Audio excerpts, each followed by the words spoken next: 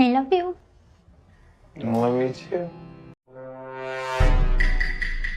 So I DM'd Ryan asking him if he would be open to meeting up with me. I said, hello Ryan, I was wondering if after court on Monday, would you be open to having a sit down face-to-face with me? So far he hasn't responded, but the ball's in his court now. Ryan chose to waive his rights to attend court. I'm just kind of shocked. I thought he would have wanted to see me one last time. I didn't have to show up for court. I was thinking she's gonna wipe her hands with me after meeting me, so I did not want to see her that moment. Gypsy Rose Blanchard says she didn't enjoy sex with Ryan Anderson. You didn't though, Gypsy. But I didn't expect her to put that in the article. And in the magazine article, she is burying me, saying sex was not good with me, and I know Gypsy enough to know that it's BS. You're a free woman-ish. Why is that so weird? No, it just doesn't make sense. I mean, you're legally single. Okay, in that case, I'm going to hit up bourbon tonight. No, I'm just kidding. I feel like you're in a mood today. Welcome back to another Gypsy Rose Life After Lockup recap. Let's talk about Season 2, Episode 7. Just a quick little disclaimer. I just wanted everybody to know that I am not in her lore. I've noticed a lot of comments where people know a lot of information about her, or they're discussing a ton of things that I have no idea about. So I just want to let you know that whatever I say in this video is regarding her Lifetime series, Life After Lockup. Nothing more, nothing less. Now, occasionally while I'm scrolling on social media, I'll find a post or a very short video with new information, but it's like gossip. It's like tea about Kian or Christy or Ryan. And if I do talk about that, I will let you guys know that I found it on TikTok or Insta Reels or, wherever I found it from. Now, with that being said, let's get into the recap. Gypsy wrote her first book, and in one of the chapters, she wrote about her parents' separation and how Rod left Dee Dee on his birthday, and that's also when Gypsy left Ryan on Rod's birthday. How weird is that? I feel like that's such a whack-ass coincidence. So one morning, Gypsy woke up and opened her TikTok, and she got a notification that she got a message from her ex, Ryan. He had seen pictures of her at her baby shower, and some feelings came flooding back, and in a moment of weakness, he wrote her a message. And it said, "You look so good as a brunette. Miss your voice. You know I do. You still have my heart. I still only have my eyes for you, Gypsy Rose. You really are the most beautiful woman in the world. Just being honest." Yikes. That's a pretty inappropriate message to send someone who's in a relationship, but we're all human. We all have moments of weaknesses, especially during a heartbreak. And it's not like she's some random person that he's never met. She's his ex-wife, so I get it. I'll give him some grace. Now, Gypsy's like, "The last time I heard from him was about the paternity test. I'm very surprised to see this message from him." Well, she was so shocked, apparently, that she sent it to a bunch of her friends and family. Christy and Rod are outside their house. They're chatting, and she shows... By the way, you guys call Christy Krusty, and I lost it in my comment section when everybody was referring Christy to Krusty. Oh my... So that's what I'm going to call her from now on. So Krusty Christy and Rod are outside chatting, and Krusty Christy shows Rod a screenshot of Ryan's message to Gypsy, and she goes, "What a douche." I can't really do her accent. It's so interesting. I've never heard it before, but she's like, "What a douche." You look so good as a brunette. Miss your voice. My first reaction was, what a douche. Why does she hate Ryan so much? It's weird. She's hated him from the jump. I know she tried really, really hard to get Gypsy and Kian together, and now that she has, she can let the hate go, right? Now, Rod agrees with me. He's like, "Well, I don't think he's a douche. He was married to her. I'm sure there are a lot of complicated feelings." I felt bad for him. I wouldn't call him a douche about it. I felt like here's a guy that put in a lot of his time and emotions, made commitments, sacrificed, thought he had a great thing, and it just crumbled in front of him. So he agrees with me. Okay, thank you, Rod. But Seriously, Christy does not have any empathy. Rod even has empathy for the fact that Ryan has to deal with having to see Gypsy and all of her life updates everywhere in the media because she is a public figure. It's not like normal people where once you break up, you just have to block them and you never hear about them again. Like, she is constantly in the media. She's being thrown in our faces. Now, what I find very interesting is Gypsy says she didn't respond to his messages, but she also didn't block him because she didn't want him to think that she hated him or had any ill will towards him.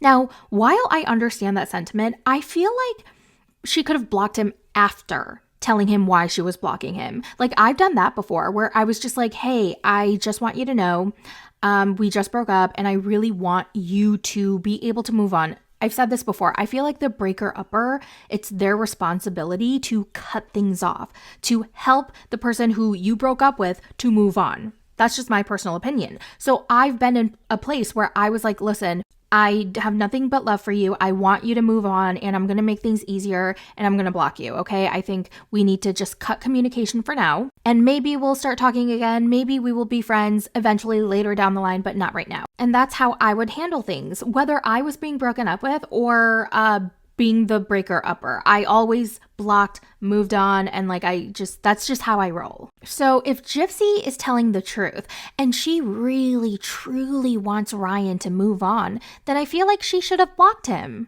And it didn't have to be like a hateful block. It could have literally been, hey, Ryan, I want you to move on. I care about you, so I'm just going to block you. Done. But no, she wanted that line of communication open. And it seems like, at least to me, it was more self-serving. Like, perhaps she enjoyed the attention that she got from him. I don't think it was really for him. It was more for her. And I don't know, her ego maybe.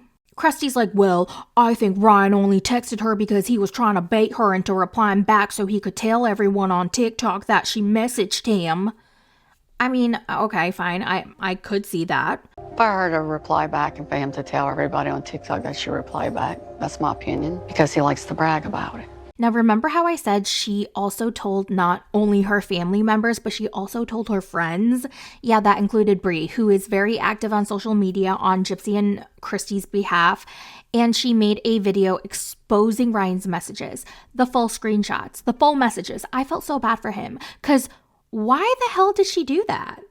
Like, what was her reason? Right below me, you can see she has a message from Ryan Anderson. There is a reason I'm sharing these messages, and I just want to make it very clear that it's not to hurt Ryan. People have been on Gypsy's ass about leaving Ryan alone, as if she's the one trying to get in touch with him, messaging him, texting him, calling him, when that is simply not true. Bree said that the reason why she shared the screenshots to the whole entire internet was because the public kept assuming that it was Gypsy's fault. It was Gypsy that was leading Ryan on and kept him on a string and kept leading him on. But in reality, it's Ryan who's keeping himself from moving on. And by sharing those messages, then everybody could see that it wasn't Gypsy's fault and that Gypsy was never messaging him in the first place. She never messaged him back. And so she's innocent. Now, the public reaction was very similar to mine and maybe yours, that sharing the actual messages was going a little bit too far. It was unnecessary. It was an invasion of privacy. If she so badly wanted to prove that she wasn't messaging Ryan and that he was the one messaging her,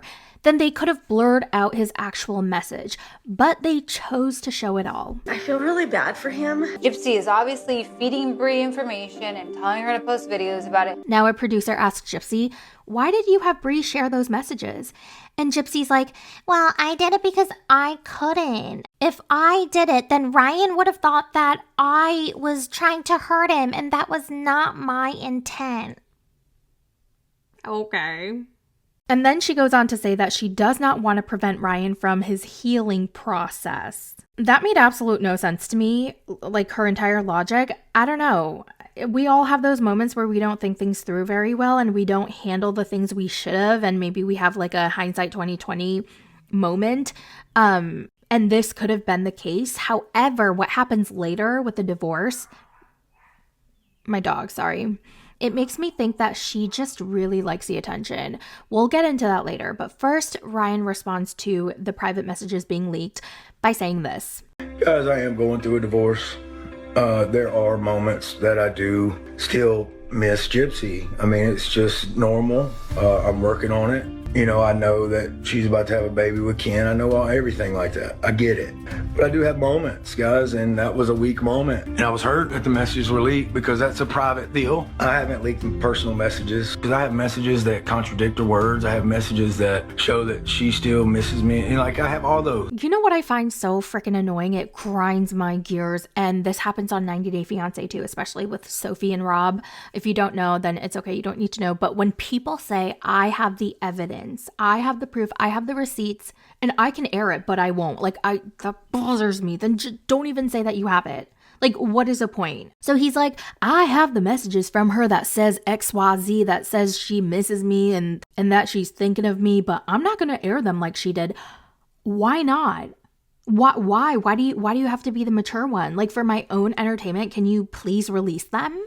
Thank you. Like, during their whole entire separation, I remember on TikTok, when Gypsy was talking shit about him on her social media, Ryan would always say, listen, I'm not going to trash talk my ex-wife or her pregnancy. Why? Like, can you?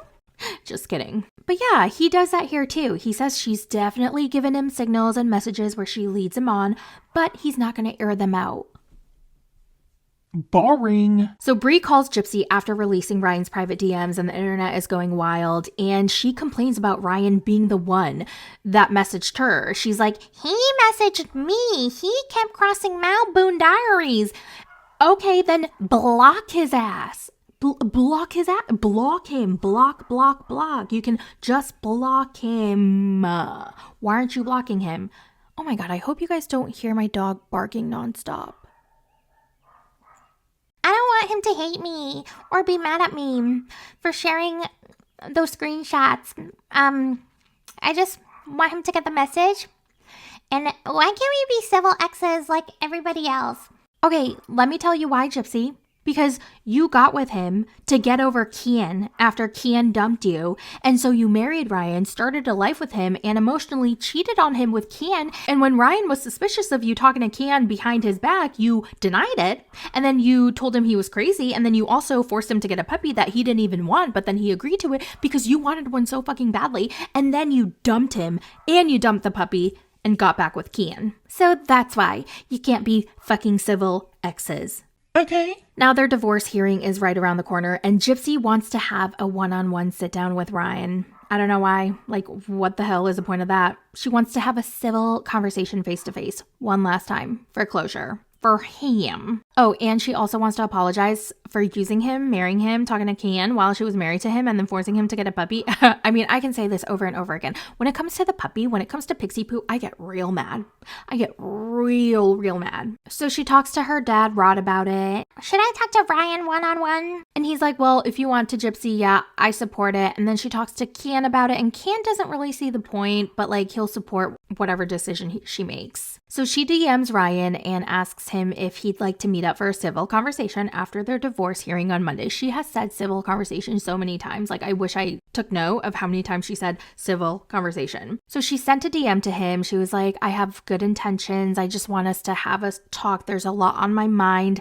I've been able to reflect on everything that happened. And basically, she wants to apologize to him in person and wish him the very best in his future endeavors. So she sent it, and all she can do now is wait for a response. Can takes Gypsy to look at Christmas trees. Blah, blah, blah, boring. Nobody gives a shit. Ryan gives Pixie Poo a bath. Oh, I love that dog. She is so damn cute. Every time I see Pixie, I feel sad that she was abandoned by her mother. But I'm so glad she has a loving dad at least. Now, according to Ryan, he was on social media scrolling per usual, and her photos popped up, and he noticed that she had dyed her hair back to brown. And he always loved Gypsy as a brunette. Remember when Gypsy all of a sudden dyed her hair blonde while she was married to Ryan because she knew that Kian liked blondes? And so I guess seeing her as a brunette just like did something to his heart. The last time he saw her before their separation was when she was blonde. And so in a moment of weakness, he reached out to her just to tell her that she looked nice, not expecting a message back, but like, okay, Ryan. But then when he saw that Bree released his private DMs to the public, that really upset him. Understandably, I'd be pissed too. And then he talks about how he did get Gypsy's DM about meeting her after the divorce court, but he didn't even open it. He just got the notification that Gypsy messaged him, but he didn't want to open it. He was still upset about Bree releasing the text messages, so he just didn't really want to address it or think about it. But here's some tea. The next morning after she sent him a DM on TikTok and he didn't respond, she texted his actual phone and he ignored it. And when he ignored it, she called him more than once throughout the day. Okay, and he didn't answer. So then Gypsy texted Ryan's mother. Yeah, his mom. So then Ryan's mom called him up and she was like, hey, Gypsy wanted me to let you know that she wants to meet with you after court and talk to you on Monday. And Ryan's like, hell no, fuck that. Interesting. It is so interesting how badly Gypsy wanted Ryan to know that she wanted to talk to him. That's interesting. Why did she so desperately want to talk to him? There has to be a reason. Like, she so badly wanted to talk to him to the point where she DM'd him, then she texted him, then she called him throughout the day, and then she texted his mother to get the message across. That is too much. So it's finally the day of Gypsy and Ryan's divorce. And after this day, they're done. They have no ties to each other whatsoever. And she still hasn't heard back from Ryan. And you can tell she's bothered by it. And she tries to play it off like she's cool. And she's like, well, I tried. It's fine. I'm cool. But the producer is able to get her to admit that it does bother her. At first, she's like, well, it would have brought him comfort. And, this was all really for him. And eventually she's like, yeah, I guess it could have given me some closure too. And I could have, given him a proper apology. I don't know how to take that. I don't know whether or not to feel peace with it. And you too, right? You feel like there's something you would have gotten out of it. Yeah. To help you move on. Exactly. I would have had a chance to give him like a proper apology. When Gypsy is on her way to court, they play a montage of her and Ryan in the past. And why did I feel so sad? Like, I felt so sad for Ryan. They really were on a high right now. Can't bring me down. I'm living my best life. But the D was not fire, apparently. It was not fire at all. And we're going to get into that because... Okay, first let's finish up the divorce court. So the divorce finally settled. It was done. Gypsy and Krusty Christie walk out of court and Krusty Christie is yelling at all the paparazzi trying to snap a photo of Gypsy. But there's no Ryan. He didn't show. He chose to waive his rights to appear in court and Gypsy looks so bothered by this. She says, I'm shocked he didn't show. I thought he'd want to see me one last time. She was hoping to apologize to him in person that day after court, but since he didn't show, she's going to have to move on and focus on her new family, Ken and Aurora Urker. Well, that same night, Gypsy got a notification. Ding! And she looks at it and she's like, and Christy's like, what? And I was like, oh no. At first I thought it was Ryan and I thought he was reaching out to her. And I was like, no, Ryan, don't do this now. But no, it wasn't. It was a headline of a magazine article that said, Gypsy Rose reveals in her new book that she never enjoyed schmecks with her ex-husband, Ryan Anderson. Oh my God, that is humiliating. Oh God. And she's like, oh no, that's not what I meant. I meant to say that having schmecks was difficult after being released from prison given my history of abuse. But now with Ken, I've gotten over it. And Krusty Christie goes, well, that's karma. Again, what is her deal with her hatred for Ryan? Like, I don't get it. The next morning, she's with Ken. And they're in the kitchen and he's like, congratulations, you're a free woman, free-ish woman. And she gives him this look like, you better watch your mouth, boy. She was bothered by it. She was like, what the F did you say? And he's like, what? You're a free woman. You're not married to Ryan anymore. And she's like, well, that just sounds weird. That makes it sound like you're saying that I'm free, like I'm single. Okay, am I single, Ken? What do you mean I'm single? What do you mean I'm free, Ken? And he's like, oh my God, Gypsy, I'm saying you're free from your past marriage. You're legally single. On your tax forms, you are going to write that you're single. Ooh, this bothered her. I wonder if she wanted him to like get down on one knee right there in that instant and propose to her or something. She did not like that he said that she was single. So she's like, oh, okay, so I'm single, Ken. I guess I should hit Bergman tonight. And he's like, oh, you're in a mood today. Like, what's going on? And so she tells him that an article came out and they twisted her words and they made it seem like Gypsy said that to throw jabs at Ryan, and that's not what she meant. She didn't mean any harm. She feels so bad for Ryan. And then we get Ryan's POV. He saw the magazine article and it talked about how Gypsy didn't enjoy schmecks with him and how Kian fills in all her schmexual voids that Ryan couldn't, and how she didn't even find Ryan attractive. Like, she is just dragging him apparently. And I was like, damn, that is so mean. That is so, it's like you break his heart over and over and over again, and then you break it over and over and over again. Like, that's so mean. And he finally reveals that Gypsy warned him in one of her text messages to him, like during the whole divorce process, when she was trying to meet with him. She told him, hey, I just want you to know that I did say some things out of anger and they might come out. So I just want to apologize in advance. So doesn't that negate her saying that the article took her words out of context? She was all like, that's not what I meant. Oh, but you did. You did mean that. Or else why would you text Ryan to apologize in advance and warn him about the bad things you said out of anger? At the end of the episode, there's another montage of Gypsy and Ryan, and I guess this is going to be the final one since they're officially divorced. And when it showed Gypsy holding puppy Pixie, ooh, that pissed me off again. I still cannot get over how she was like, I want a puppy, Ryan. I don't care if you don't want a puppy. I want a puppy. I really, really want a puppy. And then she convinced Ryan to get one. And then the minute Kian was available, she dumped the both of them. I want to know how they came to the conclusion that the puppy will stay with Ryan, because I feel like it takes a while for a new puppy owner, like especially if you didn't want the puppy, to get attached to the puppy. And she left while Pixie was pretty young. Who cares, right? Because Pixie is in good hands. Ryan loves Pixie. He's taking good care of her. So that's all that matters. Am I making this up, or did she say that Kian didn't want Pixie and so they decided to have Ryan keep her? Because Kian already has a dog. He has Parker. So I don't know if that's true though. I don't know if I'm making that up or if that was gossip somewhere. Well, I hope enough time has passed for Ryan to have moved on by now. At the end, he's like, does time heal all wounds? And I think it does. I don't know if it completely heals like 100%, but it definitely helps your heart get better and better the more time passes. So I don't know. I feel like a lot of time has passed. I think they got divorced in December. So was it December 2024?